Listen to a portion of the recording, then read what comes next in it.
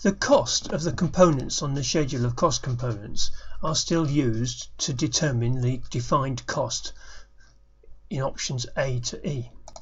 However, any choice of which schedule of cost components to use has been removed. Options A and B only use the short, note the short rather than short schedule of cost components, and options C to E only use the schedule of cost components, the longer version.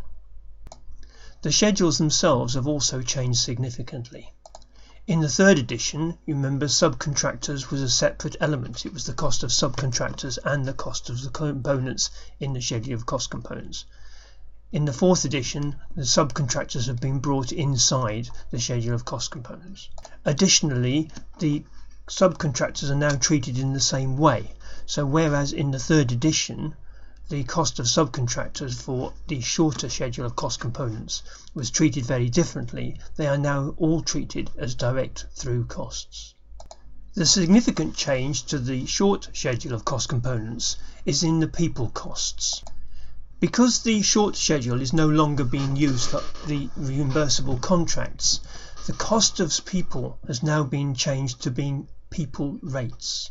The contractor will specify the people rates they wish to use in their contract data, and if there aren't the relevant people rates at the time of the compensation event, they can be added by agreement during the contract. If necessary, the project manager can specify people rates if there is no agreement under clause 63.16. Additionally, in the schedule of cost components, all the overhead percentages have been removed. So the working area overheads in the SCC and the people overheads in the short schedule cost components, the SSCC, have been removed. So too have the manufacturing and fabrication overheads and the design overheads. This means for the contractor that the sums of money which were originally recovered as these percentage overheads have now got to be recovered either within the equipment costs, the plant and material costs, or the fee, or maybe have to be covered in the people rates. Alongside this change is a change to the fee percentages. The fourth edition now only has one fee percentage applied to all the defined costs. There is no longer a separate direct and subcontractor fee percentage. The fee is therefore the amount calculated by applying the fee percentage to the amount of defined cost. You will remember that disallowed cost is the cost that is justified by the use of the schedule of cost components and would have been paid but for the fact that it is disallowed. The fourth edition has brought in one extra element to disallowed cost.